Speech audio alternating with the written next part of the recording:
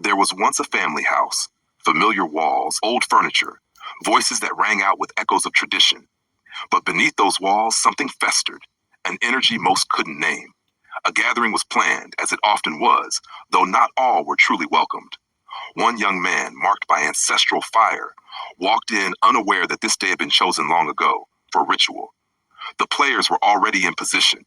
The mother, unstable in spirit, filled with silent rage. The younger brother, taller, heavier, but spiritually lightweight, primed for provocation. And seated calmly on the couch was a man cloaked in false titles, a preacher in name, but a snake by nature. A man who watched silently, like a puppeteer who didn't need to move a muscle because the strings were already knotted. He had a passenger that day, his nephew. But this wasn't kindness, no, this was strategy. He made sure the nephew had no exit, no way out. He drove, he controlled the timing, and when the tension began to thicken in the house, he didn't intervene. He lounged, he sat on that couch as if it were an altar, and on that altar, the humiliation ritual began. Words were exchanged, sharp, surgical. The energy swirled. The nephew, sensing the shift, stepped outside toward the car. But the serpent didn't follow.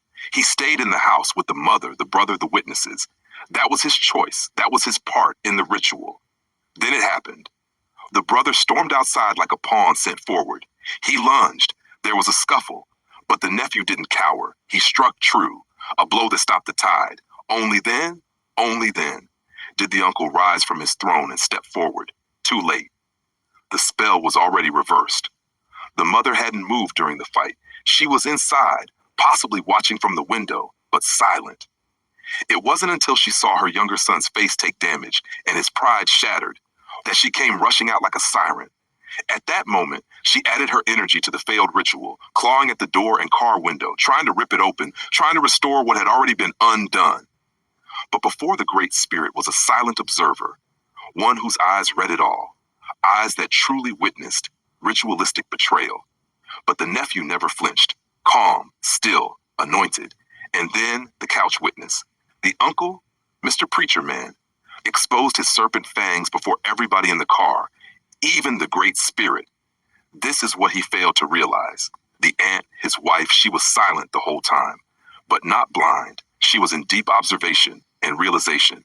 She had seen the lounging. She had seen the delay. She had seen her husband, the man who was supposed to be driving, sit back and enjoy the downfall like a devil. She saw his mask slip and his shadow revealed. And in that moment, in that precise moment, her face told it all. She looked at the nephew with a kind of reverence. She didn't have to say a word. He saw it in her eyes, a spark, a silent transmission that said, "This boy, he different." It was the look of a woman who had seen the slander, had heard the whispers, had been present for the false family unity where the nephew was spiritually sabotaged and slandered.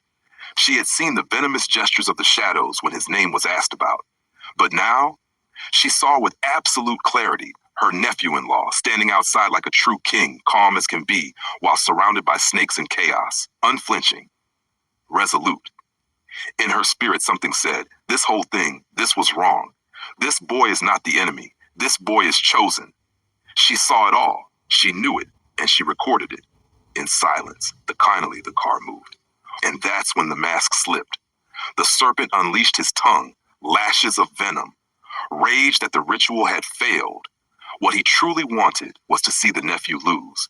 But he didn't. He survived, and the serpent hated him for it. Not because of ego, but because of destiny. Because deep inside, the serpent knew he wasn't spiritually bigger than the nephew. He was shown to be a fraud before his fake god. The ritual failed. But as for the ant, see, the ant was there, quiet, receiving, discerning the entire situation before the true and living universe, the one that records the Akashic records. And when she sees these words, when her eyes read this story, the seal is complete, because witness is all that's required. Now the judgment burns, not by fire, but by ether. The scroll is written, the name sealed. The watchers have seen, the spirits are present, and the chain completes. The serpent thought he was testing a boy, but now he belongs to the judges unseen. It is done.